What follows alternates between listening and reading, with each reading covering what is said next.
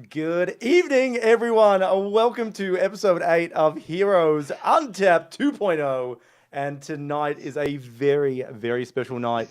And not just because it's 3 weeks away from BlizzCon for those counting. Welcome to It is literally Heroes Untapped 2.0. And I got the stream up on another screen already, so it's going good so far. Special night. And not just because it's But anyway, like I said, it's been night. We've got an international superstar, international guest on. It is QuackNiix from Team Fnatic. How are you going tonight, good sir? Welcome to the ANZ region to Heroes Untapped. Hello. Well, it's morning for me, so I'm a bit tired, but Well, we're very glad that you you can stick it in, come onto the show and stuff. Just so people know, what time is it where you actually are? I mean, I make it sound early, but it's actually 12 o'clock in the, not evening, so it's almost lunchtime, so it's not early. Yeah, but depending on what your sort of play schedule, it's depending on your schedule. Not everyone's a day like a early bird or an early worm or whatever the saying is. But thank you very much for coming on the show. We'll jump back to you momentarily. But of course, you can't be a show with just one other person. We have two other amazing guests on as well. We have the star local talent of the ANZ region, Skimmy. How are you tonight, Skimmy? Always good, mate. Wee bit sick, but the show must go on, as they say. So I'm getting absolutely peeled on drugs and having a fantastic time. I have no idea where I am right now, but the colors are amazing. We'll get in there, mate. We'll get in there. All right, fantastic. And big news as well. I'm sure everyone's already heard it before, but you'll actually be going to BlizzCon this year and actually casting alongside the other HGC region, international casters. How big is that for yourself? I mean, if I said I didn't cry a little bit, I mean, I'd be lying, right? Like, yeah, I got that message and I was like, holy shit, boys, it's happening. So, the biggest opportunity I've had in HOT so far. It's what I've been grinding away at for years. So, get to hang out with Quack again and, teach him some Aussie slang, make him, chat up his girlfriend with some new and wacky words. It's just going to be beautiful. Sounds good.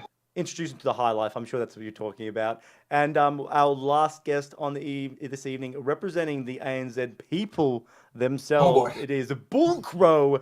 Hello. How are we? Oh, I'm fantastic. How are you? Good sir. Good. I just finished work not too long ago, so still on uniform. See, Queensland government right there. But yeah. Nice plug. Yeah. Thanks. So, and just very quickly explain to a couple of people just your background in HOT, so people get a reference point of who's our amazing panel of guest star tonight. Sorry. Say that again. I just get a reference point. Who are you, Bullcrow? Why are you here? Me, I'm Bullcrow. I'm one of the ANZ peeps. Infamous, maybe, depending on how you know me. But yeah, I don't know. You see me around. Let's have a laugh. Let's talk. Hi. That's nice and simple, and that's our guest for this week. But there's one other person left to introduce. We probably don't have to introduce him, but let's do it anyway. It's the amazing co-host, the man that makes all these guests happen. It is a Blank Hot off to my side. Good evening, good sir. Oh. I'm going great, Disco. Awesome to be back again. I'm really glad to get you back. We missed you last week, we really did. That was an amazing show with all the Dark Side. I'm absolutely gutted that you weren't there with us. But you're back. I can give the show back to you now. Thank you, because that was just too much stress for me. Could not handle. But we also have to mention Bullcrow's beard. Come on, look at that beard. It is so glorious. It is the famous beard, the most famous beard in ANZ region, I believe. Any counters to that beard? I don't think we have any. Heroes of the Storm. I've seen better, but not in Heroes of the Storm. Ouch! Mate, no, that's fair. That's a second tier beard considering where I've been. The things I've seen cannot be unseen. All right, anyway, guys, let's get into the show. I'm curious now. Sorry, QuackNiix. If you think that is a good beard, you haven't seen Breezes. Oh, Breeze. Beautiful. It's like Santa beard after 2 days. Damn, that's impressive. This is 2 years of growth. I need to know the secret. But let's get on with the rest of the show. It's a big show tonight. Not many talking points as such, but some pretty big things happened over the last couple of weeks. Last week, I should say. So the first one is that we got a new PTR patch released. the other day. And besides the fact that we've got details on a Halloween end event, who cares? The events for Heroes of the Storm are pretty average at best. We've got big PTR changes. But Blank, what is the biggest thing behind this PTR right now? Well, Disco, I believe that would have to be that Blizzard have gone and said, look, we're going to actually make this patch live for BlizzCon. So, yes, they have, after talking with all the players and stuff, gone and confirmed Junkrat has been removed, so Junkrat won't be playable, but the patch changes will be live, so they'll be playing on the Junkrat patch. How is that going to affect like drafts and stuff like that with all the reworks that have been going on, especially to heroes like Zul'Jin and Muradin, Disco, say the least? Well, QuackNiix, well, you're playing in BlizzCon. Please tell me, how do these patch changes, knowing that you're playing on this patch? But first off, QuackNiix, I have to ask, did you personally manhandle Blizzard to make the Junkrat change? Was it you? I've been told that you kicked in the EU door and you just sort of flopped it out on the table and went, "What is this? What is this? What are you doing to this game?" There were enough people doing that already, so I didn't have to step in. They were doing a good job already. So, but yeah, it was a bit like confusing when they said that the Junkrat would be like at BlizzCon, and that caused a lot of like upset. People weren't very happy with that, but at least they listened to the community and removed him again, so that's good. But yeah, the fact that they're still like running the latest patch is because I've heard like NC doesn't even have PTR, or Korea does. Like I don't know, like there was some problems with some servers doesn't even have the PTR, so yeah, they won't get the practice until they're actually at BlizzCon, which I mean there will only be a couple of days before they get to feel these things, so it's a huge disadvantage for them. So I think if anything they should have pushed this live right away, because any patch will or can affect the draft and the whole meta, depending on how big the changes are. Yeah. Yeah, well, I mean, we're talking about, so, Junkrat, new hero, he has been removed. Not disabled for the tournament. But what about your stance on reworks? Like, Muradin's receiving a relatively big rework. Zul'Jin has received, a substantial rework as well. And I don't know if these are going to be impactful heroes or not. But, if Junkrat's not in it, why are we letting these other two, let's call them half new heroes? Like, what are your thoughts on the rework heroes being allowed in, however? I mean, I would think it's fine with the reworks coming in, but a new hero, no way. But the thing with this is, obviously, the fact that all regions doesn't have the PTR, so they don't get, like, it's not fair, right? Yeah. So that's the only thing I'm concerned about. But I wouldn't be too upset if this was the case, but yeah, everybody still had the PTR. Yeah. So it's the fact that no one can play on it. Sorry, that's the fact that not everyone can play on it. Not even in the ANZ region, we have to connect to NA servers. So we're testing with 200-300 ping. Skimmy, sorry, Blank, Skimmy. Yeah, you're that's what I was going to say. You look at the drafters, you look at the drafts. But what is this going to do to the drafting at BlizzCon? I mean, I'm glad that Junkrat wasn't released. Like, I think this is the worst time of the year, possibly, given it is BlizzCon, which is like the biggest event, right? Plus, it's the off season for a lot of these teams as well, so like nobody's even playing. So, like for ANZ, like first of all, you got like 300 ping, and like half the regions are taking a vacation. They're trying to play Hero League, and it's just a bunch of rainbows being flown around everywhere, so everyone's just tilted and pissed off at life. Yeah. So then, you try and do a boot camp. I know Darkside, I got told by Morton that they're going overseas to LA like a couple of days early, so they can try and get a little bit more practice in to try and make things work for them. But drafting wise, like I had a little bit of a play around in like the training mode, right? I feel Zul'Jin is in a pretty cool spot. I feel like with that movement speed as well, he can stutter step pretty well. Yep. It's always been my biggest weakness for him personally, is like no mobility. He stands there, presses Tazdingo, and like pretends to be an Asmodon cosplay, and like, look how skillful I am, bro, chucking out X's. So never really been a big fan of that. Muradin, I feel like the same. It's got some new interactions. I feel like Muradin's in a good spot. Apart from that, I mean, I feel like it's still just going to be double support, triple support. It's just going to be like resident sleeper all day until somebody just makes a mistake with their cooldowns, right? Yeah, well, that's what I was going to say before. QuackNiix, we obviously had our ANZ finals a couple of weeks ago where Darksided and Nomia battled out for that #1 spot. And we had that new patch drop the Joanna patch, which we had to play live on because we don't have our own servers to revert back to a previous patch. And I was going to say, Skimmy, how did that really affect the players going into it? I mean, we had a little bit of chat with Disco and GL the other week about it as well, but the same sort of things essentially happening on an international level. I mean, it's going always on? been the case for ANZ, right? Like, even when I was playing 2 years ago, it's like a patch would drop overnight. You'd be like, everything we practice can just potentially go out the window. And I know as time went on, a lot of teams would just be like, we're just going to practice what we know works, despite, you know, maybe a patch change affecting it. Because, you know, at the end of the day, if you play it well, it's like the Hero League argument, right? Just because it's meta doesn't mean it's going to be well played unless that guy obviously knows what he's doing. So I feel like it's got to the stage where people are really annoyed about patches dropping in ANZ, but it's come to be just like the norm. Oh, I know a patch is going to drop in 2 days' time, which is going to make Rhaegar suddenly like unviable, right? And you know, you just roll the clip, you just figure it out on the spot, and the competitive viability has always been a talking point for me. But you know, I heard the tournament realm where the HCC gets played on. I heard that even has Aussie service. So I don't know why we're not able to play on that. It just baffles my mind. It'd probably have to do with physical location, wouldn't it? Well, like last year, it was played on a tournament server when it was just you and me, Disco. So like, I don't understand why it's such a mission to try and keep sort of a standardized set of rules across the region. It's almost like, you know, major region, minor region, your minor region, like get wrecked, son. Right. So are we allowed to cheer for our minor region yet? Is that? I know it's a soft sore spot for you there, Disco. Oh God, I think that is terrible. Like that, we're not going to the cheer thing because Blizzard will ban my account. Yeah. For toxicity. Sorry, I feel like we're excluding Bullcrow a bit here, but Bullcrow, that's okay. What were your thoughts on have you had a look at the patch changes for the? I have had a look at the patch notes, the reworks. I think it's huge for Zildjian. That's undeniable.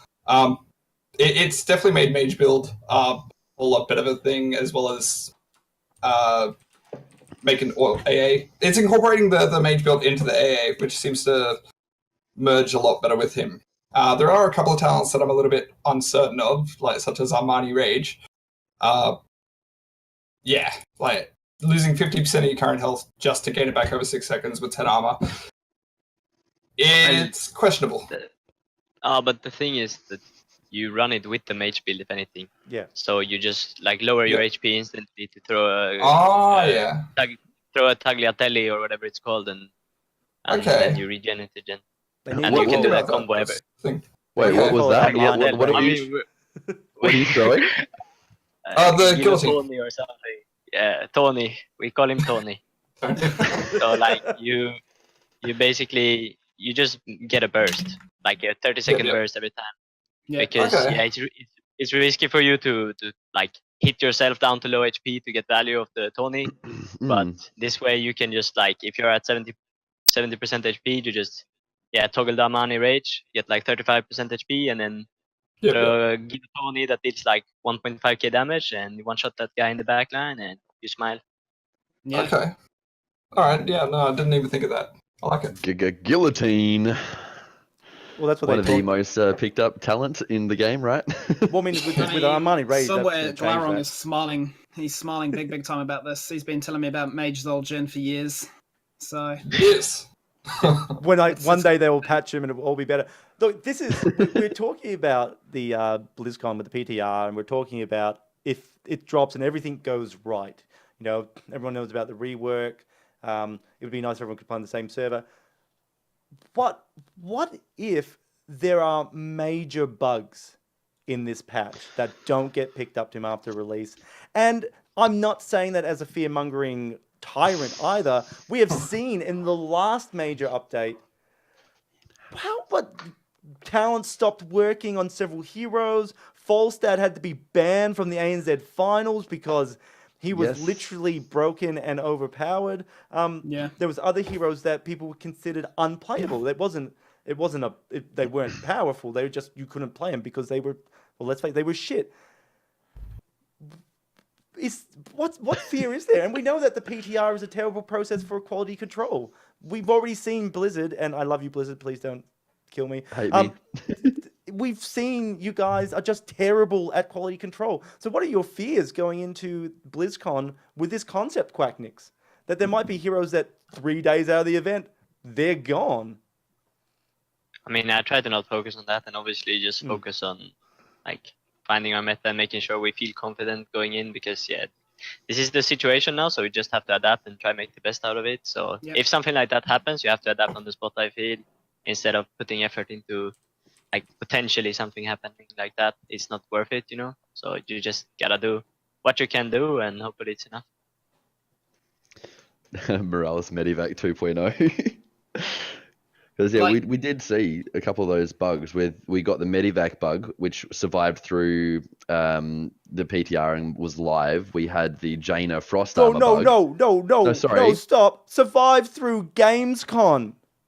Survived through Gamescon. Next went level. through PTR, made it to live. I just think, like, because it's BlizzCon though, like this is their premier event, right? The reason they wanted Junkrat to be live was a big marketing play, right? You know, you see this brand new hero that's come across. He's been played at BlizzCon by the best teams in the world. Like, you know, this is BlizzCon, the biggest event of the year, right? So, like, I can understand that side of things, but I feel like this is probably the biggest exception to that rule. In that, if there was a bug, like, you can bet your bottom dollar that there'd be somebody in an office, like a team right there, just patching that shit in like 5 seconds flat. Like, they would not let that go. Because, otherwise it comes down to the whole competitive integrity argument again, where like, we lost because I couldn't use Gust to try and stop, you know, this all-in comp. You know what I mean? It's what we questioned at the ANZ finals, right? So, you know, otherwise your tournament becomes a bit of a running joke, and they can't afford that. Yeah, in ANZ it's okay, but internationally, no. Isn't that scary? No, but I agree. Like, it's a good selling point to announce it at BlizzCon, but they just should have planned it better, like released it 2 weeks earlier and pushed it to live like right away, so everybody gets a chance to practice it, then it would have been fine. But when they release it like 2.5 weeks before BlizzCon, and then all people doesn't even have PTR, so it's just not fair. And then even then, like once it goes live, you only have like 1.5 weeks before you're sitting on the stage playing. So quick it's just question. bad scheduling, in my opinion. QuackNiix, how long was it? Did you find out that that Junkrat was potentially going to be there at the same time as everyone else did, or did you guys get a bit of a heads up? Nope. Because at least, like, if they'd given you guys a couple of weeks of warning, going, "Hey guys, just to let you know, at BlizzCon we're looking at doing this," that cool with everyone, it would have really prevented all of this. Hey guys, we're playing live on the Junkrat patch. Hold on, wait, no, we're not. We are dropping Junkrat, so you won't be able to see him play it anymore. Yeah, no, like, as far as I know, we didn't get informed. Maybe I missed the mail, but I don't think so. You didn't get a special letter. Well, I mean, that's enough about the PTR. At BlizzCon itself, that the patch will be playing live. God is a, God save our souls. Are we going to have a BlizzCon, or are we going to have a JunkCon? We're going to find out in a couple of weeks. But because Junkrat is disabled, Skimmy, I have to ask: are we going to get some Junkrat Skimmy cosplay on the HGC desk? It's what I do. It's what I do, bro. I bring that hair meta. You know, I go to these big international events, and I get people talking in Twitch chat. They look at Quack. They look at the rest of the Fnatic boys, and they go, "Now that is a good-looking team." Then you have Darkseid rock up and think, we're actually really good-looking as well. But at the end of the day, you need some boys to have those good looks to get the Twitch chat excited, to get the e-girls inside, and get that viewer count up. It's all about viewership, boys. Come on. It is. Premier Esports is all about the e-girls and the viewership. All right, so let's actually talk about the PTR itself. So I thought you were going to say let's talk about the e-girls. I was just going to say. I'm okay with this. Totally okay with this, Disco. But before we jumped into that, I was going to say, Breeze has already got that somewhat down, but wouldn't you recommend maybe these Bullcrow sexy beards would help with that? Getting the viewership and the e-girls? Just offer like beards at the door, like to all the e-girls. At the door. Yeah, all the e-girls can wear the beards. Oh, wear the beards. I was thinking maybe some beard stroking action. That is actually, now this is a little bit off track. That's actually not a bad idea. I would like to see No, listen to me. I'm going over the Free I'm going beard with the stroking plays at the here. door of No, no, no. BlizzCon. No, let me finish. Let me finish, boys. Let me finish, boys. Sorry, See, sorry. QuackNiix respects me. He's not talking. It's no, I was talking about what I would actually really like to see is more, and I'm like, let's say more team-based, not merchandise, but things so in the crowd you can identify like who people are really like going for. Like they got those signs and you can write stuff on them. But imagine if you could rock up, right? And if there was like, I'm thinking back to Dunk Train days, and you could get a Dunk Train beard at the event that you could just wear on, or something of that description. I knew that was coming. Yeah. Yeah. Just picture people in the crowd wearing these fake beards to go, yes, Yeah, my it Breeze could be- beard is on point, boys. Wait, They How could be on the good would that be? the team colors. It'd be a great. Quick next. Look out to the crowd. What would 200 Fnatic's all thing women. be? What would the team Fnatic's in crowd personalized Token. item be? For everyone to hold up. You No just like, idea. no idea. It's just QuackNiix's face, just like pasted like. like being John On little Malkovich. sticks. Yeah. They have like all these people in the crowd with QuackNiix's face on. All right, let's get back on track. Yeah. Guys. That's Sorry. well, enough of this silly talk. Who came up with this idea? Anyway, the That was PTR. you. What has actually changed, guys? What are your thoughts on the new PTR coming to Heroes of the Storm? How are we going to see? Is double support meta still alive? Has it died? Are we going to see any new crazy? All the tanks are gone, and we've only got 4 assassins now. I don't know. What is everyone's general thoughts on the new PTR? Bullcrow, let's start with you, mate. Okay, that's a tough one. All right. I do think double support's still going to live for a while. That's unfortunate, but I think it's going to be a thing because it's just too much value in the double supports. It is good how we're seeing things with like Ana and Malfurion and how they do the reduction of healing. But that's likely to steer away from the double support. But there's not enough, I think, at this point in time to steer away from that. So the extra sustain is still very strong. All right, so double sport's still alive in your heart. Skimmy, what about your just initial thoughts on this PTR? I think, yeah, supports just offer so much value. It's kind of like the argument where we had double tanks and whatnot. It was just a way to initiate, a way to survive through the fights. Supports have got a lot stronger as a result. Ana's kind of like designed, if you will, to become part of a double support composition. I think we need to release more heroes that have ways of shutting down mobility, kind of like Bloodseeker and Dota, where, if you ult them and they start to move, they take damage, right? So then you don't have Genji just going, woo! And it's like killing your entire team. Like the same could happen for healing, right? You've got Malfeel with, his Tormented Souls. Everyone's just taking reduced healing. Like those ideas are cool. I think you need more of it because otherwise, you just like stack 2 supports, triple support, and like you just have like a Vala hypercarry or a Greyman hypercarry. And like, I mean, we've gone through different phases, right? Like of stun metas, one-shot metas, support metas. But it gets to a point in time, right, where people just get bored and they see the same thing day in, day out. Yep. Got to bring in more counterplay options. Yep. Just on that, because that's kind of like talking about that the game needs to have more counterplay in heroes, talents, heroics, whatever. Something that sort of interests me when I was looking at the PT with the notes, and that Nazebo's superstition has changed, where now that if he takes a auto attack hit or auto attack damage, it actually drops the superstition armor or the spell armor he would be gaining from that. What are your thoughts on that? Is that good game design? Or is that sort of like just, I just kind of look, personally, I'll give you my take on it first. Like personally, I kind of thought like, well, if you don't like how the armor's working, remove it. Don't add this, let's say almost useless component now that anyone, a mage can now auto attack to get the damage off. The tank can get the damage off. Like, I don't know. What are your thoughts? Myself? Yeah, on yourself, Skimmy. Like, because you're talking about counterplay heroes. Okay. Oh, well, I feel like Nazebo was in a niche spot as it was anyway, so I don't think he was like getting like picked all the time as it was. But I feel like they're trying to transition him into a more sort of like a backliner, act as a sort of a way of protecting himself from the one shot of like a Chromie, right? Where he's in the fog of war, you get one shot on the hull, suddenly just pops off an ANZ chat.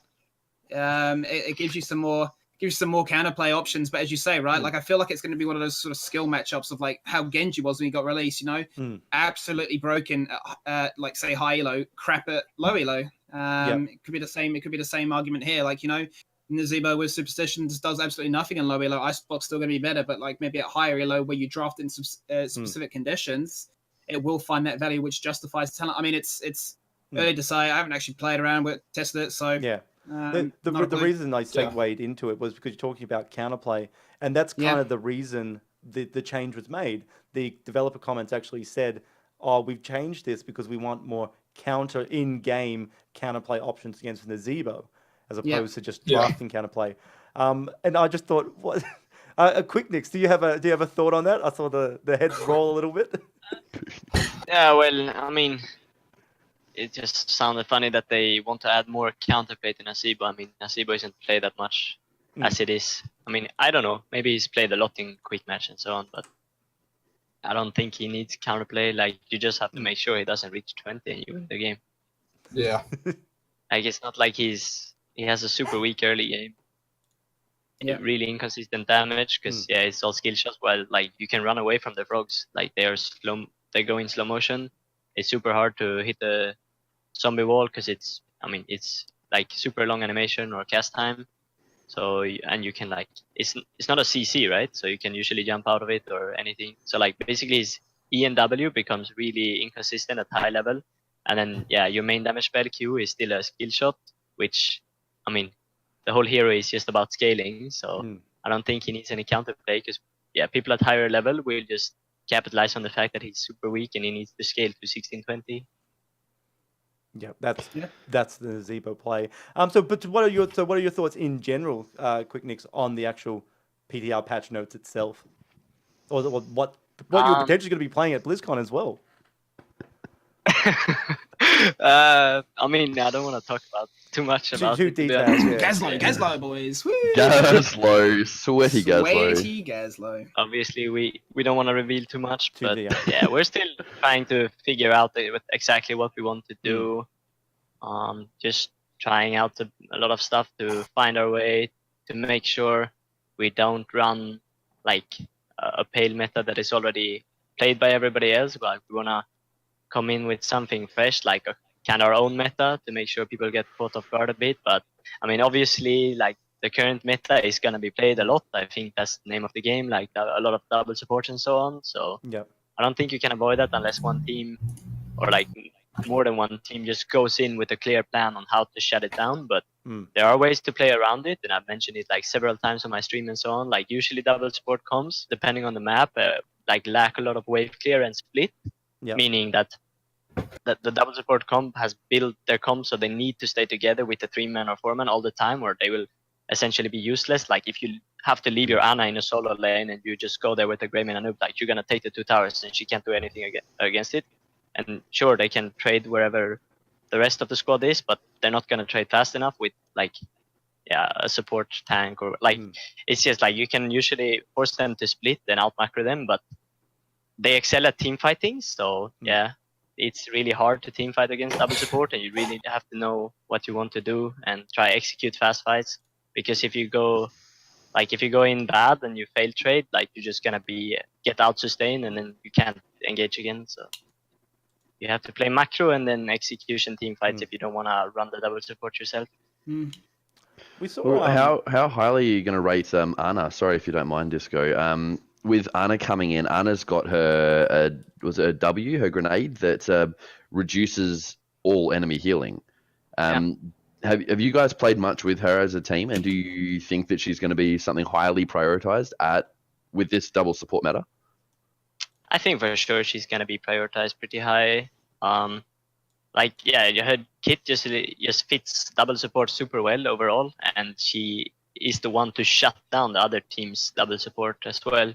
And it's like, I don't know, I think she has a lot of overtuned talents in general as well. So like, it's not like she's straight up broken. Like, I mean, some heroes was on release, like Ginyu for instance, but like she still has so many overtuned talents in my opinion. So she's in a very viable spot considering the meta.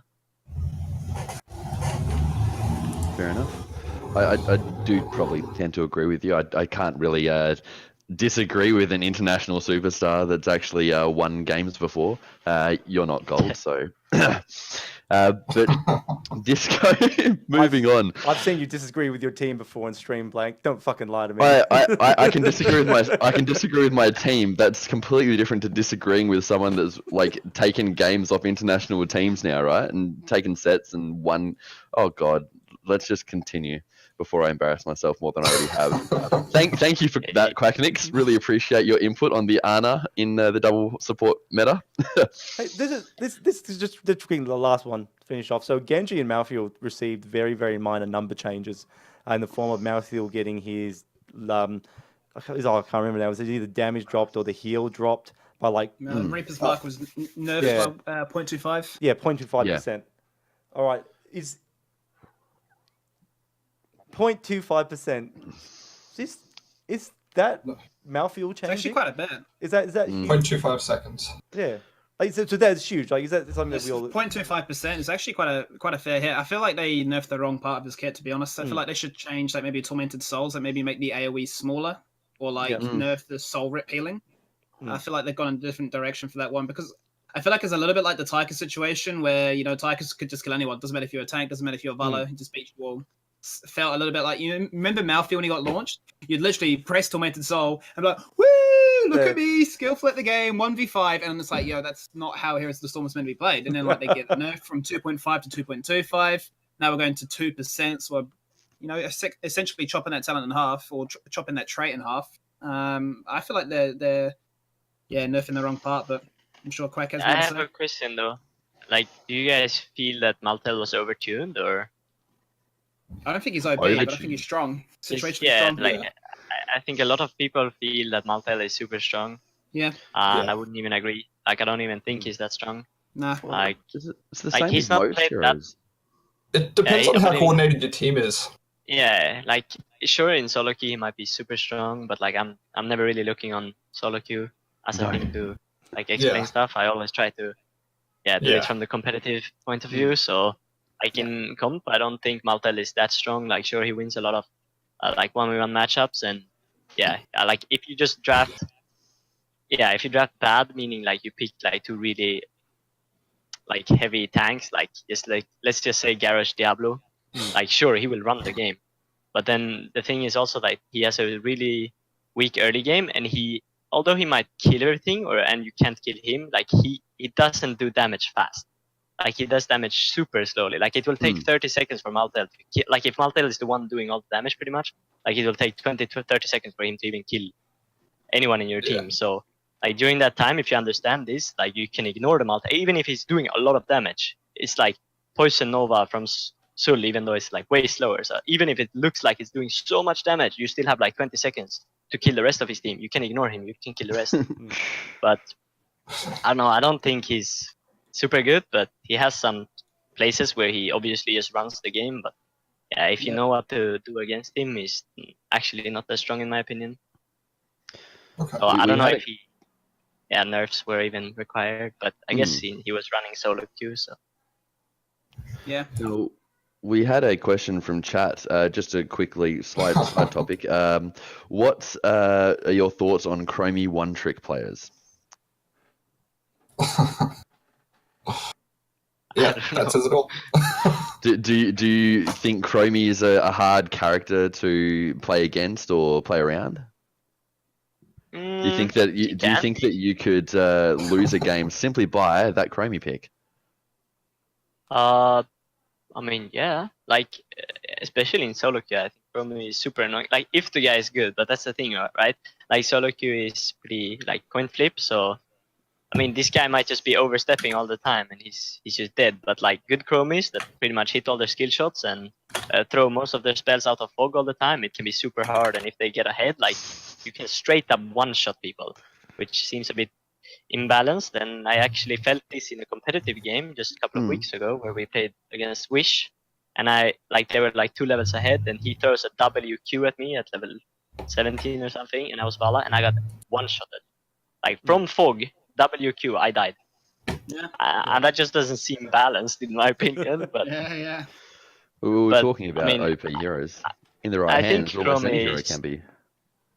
Sure, Yeah. but I mean, Johanna can't one-shot you from fog, like No, Yeah. no. yeah, like from miles away. But I think Chrome is in a pretty good spot, to be honest. Like, it's Yeah. not, I guess people are complaining a bit, but I don't know. I like her the way she is, but they could turn down her numbers a bit. Like, even though it's high skill cap, because yeah, everything is skill shots and so on. Like the range as it is, and the Yeah. fact that you can straight up one-shot carries are a bit too much, I guess. I think the thing that goes against Chromie is it's not just skill shots; they're delayed skill shots. Yeah, fair enough. So yeah, it sort of adds a lot of play, and like the Chromie has to be an insanely good as far as predictability goes, like to be able to predict in You'd order. almost really say well they things. have to like hack the map, right? Don't. And that's the thing. That's why I feel like she's actually in a quite good spot, because yeah, like if you have vision on Chromie, you can see which way her body is, like, I mean, what is it called? Like directed to, so you know where her skill shot is gonna land, so it's easier to uke it. But I don't know, like yeah, it's high skill cap on Chromie, so it gives a lot of counterplay as well with the fact that yeah, it's delayed skill shots, and you can even, if you have vision on her, you can easily see Yes. where the skill shot is gonna land. So like there's already enough counterplay as it is. But the fact that you can get one shotted is not fair. Yeah, I agree. All right, so just moving on from that, let's talk a little bit about Junkrat himself, so we can get this conversation of the new stuff coming over and done with. So Junkrat, new hero. What is he, assassin? I can't remember now. I only watched the video a couple Yeah, days he's ago. assassin. Yeah, He's an assassin. ranged. What are we thinking on him? He's got the saboteur ability from Overwatch. You know, the bombs drop, and he sort of, you know, he dies. He possibly kills other people. What are all your thoughts on his toolkit? Is it going to be a good toolkit inside in the heroes? He's gonna be a troll. Like he's just next level Garrosh, that one. Like, How so? How so? Those landmines. yeah, landmines with the extended range. Like that's it's like longer than Garrosh's throat. Well, with the talent at least. But however, it is a skill shot though, so you do have to worry about that. His traps seem a little bit lackluster, I'd find, because they are visible. That you can only have one out at a time. They're easy to maneuver around. Yeah, I don't know. I don't know what to think. Like, I just read the skill set and I just feel like it's going to be a hero that's going to be really prioritized around objectives, right? Like Infernal Shrines or Cursed or something, right? Where you're just going to be like, lol, nuke. Oh, there's like a steel trap. You can't walk here. And like, I feel like it's just going to be all about like point control. So, Yeah. I don't know. Like, I haven't played on PTR. Possibly you have, so you know a little bit more. Maybe you even scrimmed a bit before you knew that Blizzard were going to make that change. But I'd be interested in your thoughts. Yeah, I mean, we did try him a bit because yeah, obviously they said he would be played first, and then yeah, the first day we started just practicing him a bit on PTR, like got a couple of games in on him at least, and then the next day they said he won't be played. So I mean, we don't bother anymore, right?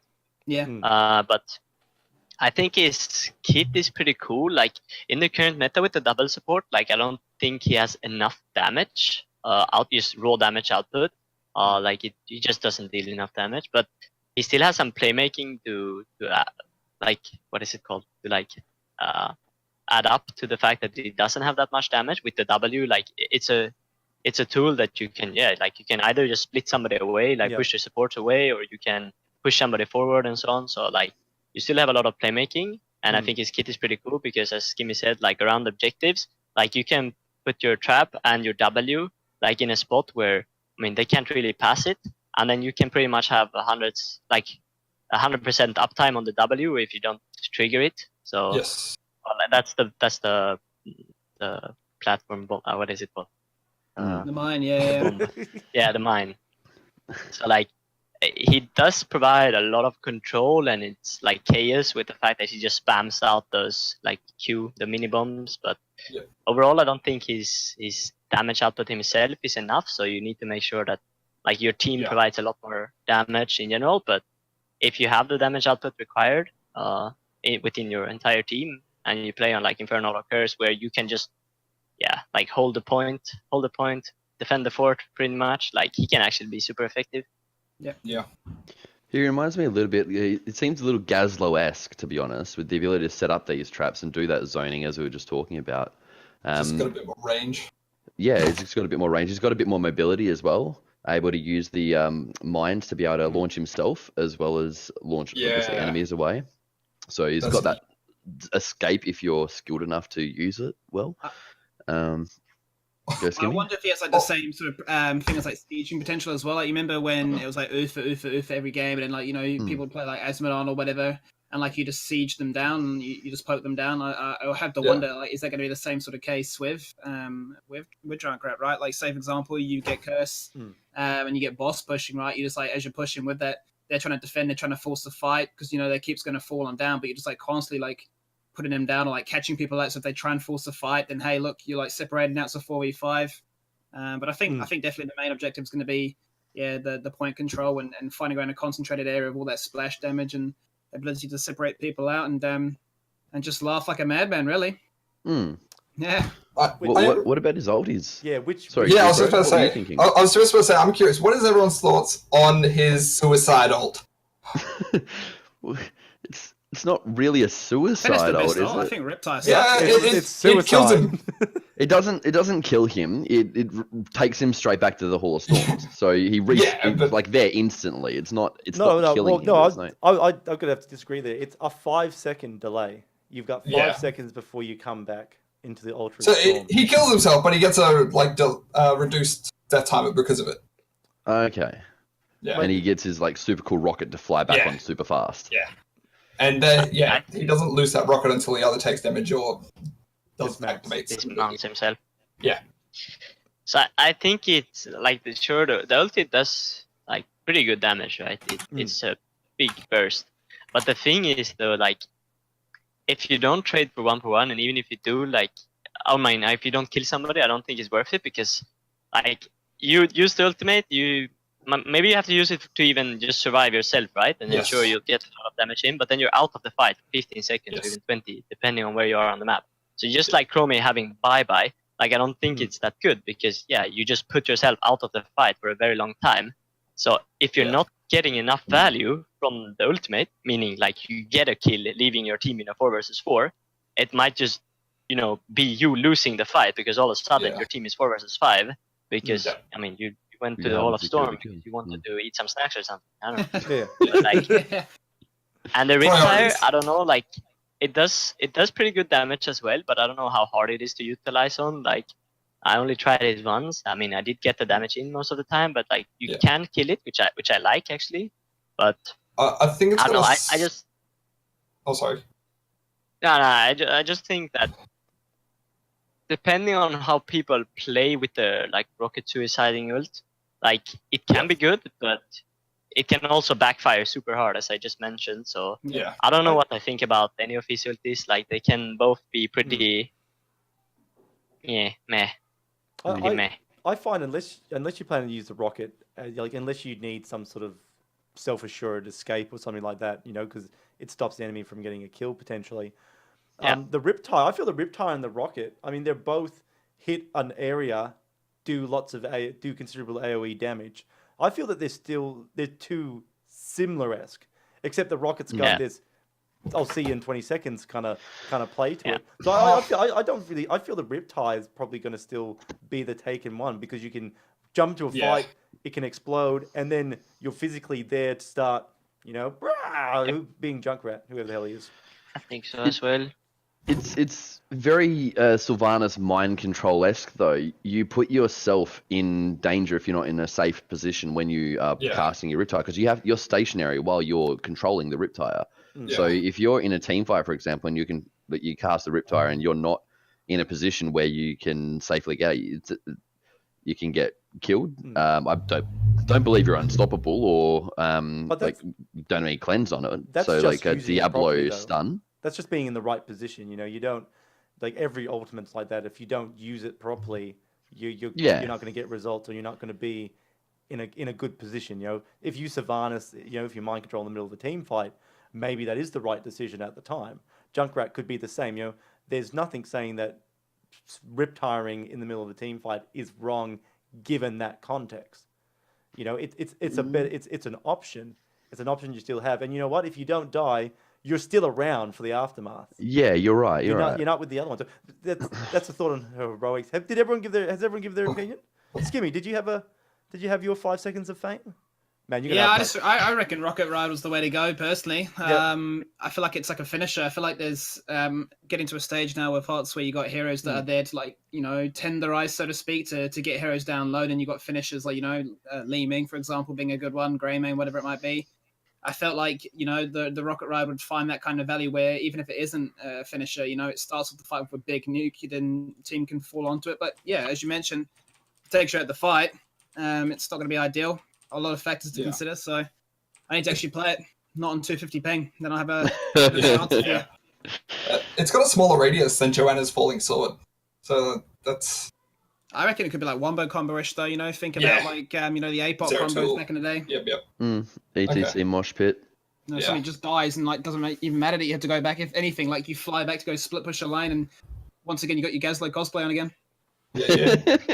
All right, so that is it. Let us not speculate any more about Junkrat. We'll be able to. We could play him now. He's on PTR, but he'll be released in a couple of weeks or a week's time or something like that. So we can give him a full swing then. Last bit tonight, because we've got QuackNiix on the show, we can actually ask our international guest a little bit about your thoughts on the ANZ region. Specifically looking at the Nomia, the Dark Side, and the ANZ finals. So, QuackNiix, were you watching? First off, were you watching the ANZ finals? I was actually not watching anything. But I'm planning on, like, as we go to boot camp, I'm planning on watching. I mean, probably won't watch everything, but I'll watch like the semis and the finals, for instance, and like especially the drafting. So yeah, I'm sorry I don't really have a take on that right now, but I will for sure because I try to, I mean, respect every team equally much. Like obviously, if you play MVP or something, you might do a bit more preparation because there's more to prepare. Yep. But yeah, like I will for sure like look them up and try to find patterns in draft and so on, and see if I find something scary. And you know, then there's always the normal care box that you have to care for Shise all the time. So yeah. Just try to control the drafts versus them and just make sure I'm prepared for what we have seen from them that we can expect from them. So I'm gonna do my homework once it gets closer. Yeah, well, did you've been in the tournaments internationally obviously for a long time now. Every single tournament so far international, you've seen Nomia make it through. And there's been a lot of hype around Australia as a smaller region, obviously. But Nomia have always been the ones that, or some variation of Nomia, the same team, the same players, majority have been the ones going. Did you expect that Nomia were going to make it as well, and you were just going to be playing against them again, or did you expect maybe an upset? I mean, that's the thing though, since I don't like, I haven't watched. I didn't watch this time. I didn't watch last time either. It's not because I don't like care. It's just because like I don't know it feels like it doesn't get published so much and like doesn't have too much advertising, and it's usually like around bad times for us maybe. So yeah, like I haven't really watched too much, and for me it has just felt like Nomia has been dominating the ANC scene. So yeah, I can't say I expected anything else, but that's because I don't have enough information, you know. I just see them attend to every event. So when the finals are on, it was, I believe, you would have, I mean, if you had just woke up before when you came on the show tonight, you would not have been awake for this. It was like 4 o'clock in the morning or something for you when they played in the actual grand final. I mean, I won't lie, and the Dark Side of boys know this as well. I actually fell asleep in the first game. Bullcrow, you were there. Yeah. It was late afternoon, but I was asleep. I passed out. But we watched the rest of it, and it was really interesting from an Australian perspective to see, because they've always been talking about how the Australian teams don't have competition over here, right? How we don't have the competition to get better or to better ourselves. But then Darksided came and they won that. And you know, all you really know is based on the information you have, we're not playing against them, we're playing against Darksided. Yeah, I mean, it's like I just don't have enough information, and it's just like I mean, I can obviously check the votes afterwards, but yeah, I'm usually doing that as it gets closer to the event when I know what team. But yeah, I can't say I expected anything else but Nomia, just because I know too little about the ANC region in general and the teams that are contesting the spots usually to go. So we did have on our list. So QuackNiix, we did have on our list, and one of the questions was going to be, well, we'll say it, but we've already got the answer. We're going to ask, do you think Darkside will present a challenge to you? But I think you've kind of already told us. What do you think on that front, haven't you? I mean, not really. Like, I try to respect everybody equally much when it's actually game time. You know, it doesn't matter if we're facing MVP or yeah, Darksided. Like, when the game is about to start, I tell my team like 100% focus. It doesn't matter if who we're facing. We just go in there, we try to do our thing, and hopefully it's enough. It should be enough, So I just try to make sure everybody is on the same page, and we try to not underestimate anybody. Like, sure, we might prioritize a bit different in draft, just to not show too much because we feel more confident. But it's just like not being cocky and let that affect you when going up against, I mean, lower tier teams. I don't know how to say this without sounding toxic, but No, that is the reality. Yeah. just you wait. Darkside will show you they're not low tier. Hopefully. Yeah, I mean they can. Anything can. Like, if they find some good meta, they surprise us, get us caught off guard.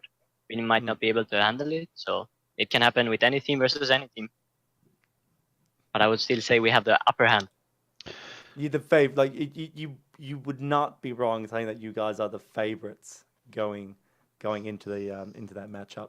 I don't know, Blank. Do you have any other questions we can ask QuackNiix before we finish, before we wrap up? Well, we had these last two. Which one do you want? You go. Oh, I guess just something for our for our lower tier teams in the region, QuackNiix. What sort of advice might you give to to some of our teams, like wanting to get better, develop, like based off your experience, how did you become so good? How could our teams become like you? Guys, Get they good. cannot. No. Oh. No, but like, I think something that I've actually told like a lot of internet like regions on events is that like they should not be scared to reach out, because I think they should look on like EU, maybe even NA meta, and I mean obviously Korea meta a lot, and try to copy a lot of that and translate it into their own region, and just like try do what we're doing. But they also have to understand why we're doing it and what pick should be picked in what situation. And I've said to a lot of players, I told like Fat94 last event, then I've told like the Deadly Kittens, like, don't be scared to reach out on Twitter or anything and talk meta with me, and I can, because obviously we don't meet each other too often, so it wouldn't hurt us for me to like give them tips and so on why we're drafting certain things, because every region has really different metas, but I pretty much feel that the EU meta is always the strongest. And I mean, obviously other regions might not agree, but yeah, I just think they should like not be scared to reach out and try to get tips or insight at least, and then they can do what they want with the information I or other people give them. And then also like try translate a lot of what they see in the regular seasons of HEC from other regions into their own like scrims and whatnot. Yep. That sounds good. That's some very good advice there. Look, I know you've got scrims in a few hours. We asked this of Darkside last week when we had you on the show, right? How are you guys, as a team, going about your training leading up to BlizzCon? I know you're going to Korea for a boot camp in a couple of days. Yep. Tell us just a bit about your preparation going into BlizzCon. So yeah, like right now there's not a lot of teams are like for the past 2 weeks, ever since HEC was like the season was over, like a lot of teams just go on vacation instantly, or like it's off season for them. So we haven't been practicing too much for the last like 2 weeks, but like a couple of days ago we started scrimming again with Dig and Expert. So it's I mean, we're trying to find our way, as I explained earlier. We're just trying to find our way, like what we want to play or like build up our own meta right now. And then during the boot camp, we're going to Korea. It might, like, we have no idea what will happen there because obviously, like, they might have a super different meta that we might have to adapt to, or so on. So I'll just take it as it comes. But yeah, the focus is on making sure we find a meta or like draft patterns that we feel confident with, and preparing different strategies versus different teams. And obviously just when like we hang out together and outside of screaming a lot more at the bootcamp, we're also going to be just with each other and talking about the games all the time, which usually helps a lot with just like people coming up with ideas, or everybody just, you know, like finding a good place within each other. It's just like everything is just so much easier when you're together. Okay. So we're just gonna play, and try to figure out exactly what we want to do once we hit the States. Well, that's, Sounds good. yeah. That's you are prepared. I mean, we had Darksided doing their boot camps and stuff beforehand. Well, before the ANZ finals as well, and I believe they're flying over to the US in a couple of days as well. Skimmy, do you know? They were What's flying that? I over. missed the first part. Oh, Darksided. They're going over to Oh, yeah, start yeah. their training soon. They're not Yeah, far away from leaving. I believe Morton said they're going on like 3 days before me, so I think this is the 20th. Just so I can get at least a couple of extra days playing on NA Hero League and getting some scrims and getting a little bit more adjusted to the new changes, because what we're saying before about 21st, us sorry. not being able to have the PTR. Yeah, sorry, Morton just answered that in chat. Thanks, Morton. They're going on the 21st. Yeah. So yeah. But yeah, it's good to see how other teams prepare, especially teams as strong as Fnatic, going into BlizzCon. Bullcrow, Skimmy, before we wrap up, did you guys have any questions for QuackNiix while we've got him here in front of you right now? I should have prepared. I'm blanking.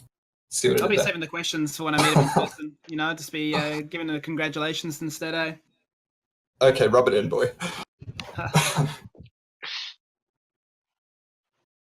Yeah. Please let us teach.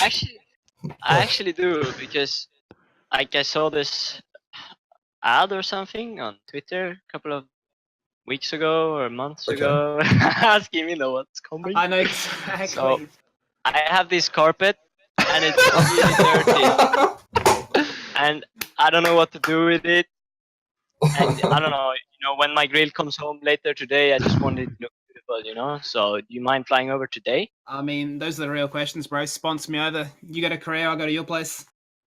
Yeah? Yeah, I mean, sure. As long as my carpet is clean when I get back home in 3 weeks, I'm happy. I've got the lowest prices plus GST, just so you know. Plus GST, boys. Boys, I like the it. memes. Oh,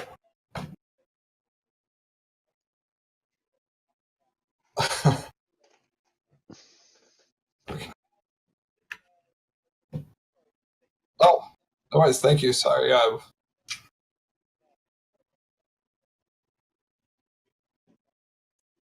Oh, me. I do have a Twitter. I don't really go on it, but that's at Bullcrow with a capital B, capital C, and a 0. Or you could add me in game, in the Blizzard client. Bullcrow hashtag 1950. Yep.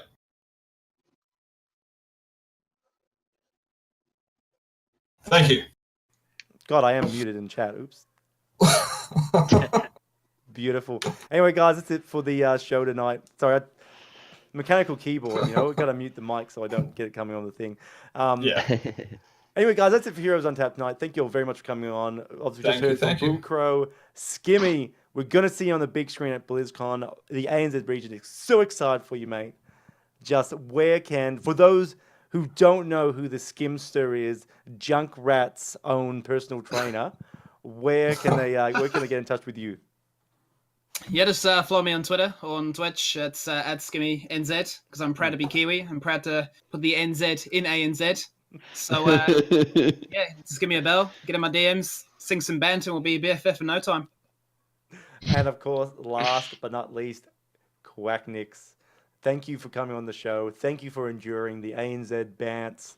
Earlier, if you didn't catch it, when we were talking about Chromie, there's one of the dark side players is called Hacky, and it's a bit of a meme. But he's the one trick Chromie player, and that's why Yeah. Blank talked about hacking figured. the map. Sorry, that was so bad. It was almost a daddy joke. I needed to point it out. Disco. Anyway, QuackNiix, where can we get in contact with you? Talk to you. You said the teams could reach out. How can they reach out and have a good chat to Fnatic's captain? Yeah. So first of all, thanks for having me. I love to do these kinds of things. So my pleasure, really. And then second of all, you can find me at Twitter. I think it's Quack the Carpet Cleaner. Double roast. Double roast. I love it. No, so at Fnatic Quack or QuackNiix, I guess. Yep. Nice, All right. sweet, Yep. short. Thank you, Mike. And of That's Alright. right, the carpet cleaner. I Hope like Of you it. course. avoided Atlanta. Of course, a big thank you goes out to Blank Hots, great ANZ hot streamer. Go check out his Twitch. Blank, speaking of checking out your Twitch, where can we check out your Twitch from? Well, Disco, I am at Blank Hot on Twitch, on Twitter. In game, I'm just Blank. Pretty much why I'm gold. But that's where you can find me.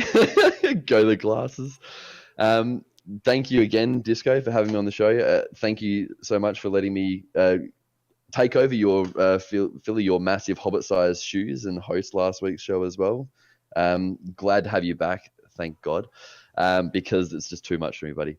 But yeah, sorry, just saw a little Quack saying, "What the fuck, Skimmy?" I wasn't ready. Hold on, is this something that we missed? Where are my glasses? He's just You scared. know what? You've got to be ready for the banter. It's in my veins. It's flowing. we didn't. Where are my glasses? I don't have them. As long Mm, as Scheme, as it's long as at carpet cleaning on BlizzCon we live get stream. more of your sweet flows live during the casting Oh. segment. Anyway, guys, I'm Disconcur. Right. You can find me everywhere where the word Disconcur appears, pretty much. Anyway, guys, that's it. Thank you all for watching. Are we going left or and right? we will see you all. We'll see you all. Well, first off, we will see you all next week. But more importantly, we'll see you in the Nexus. In the Nexus. Oh God.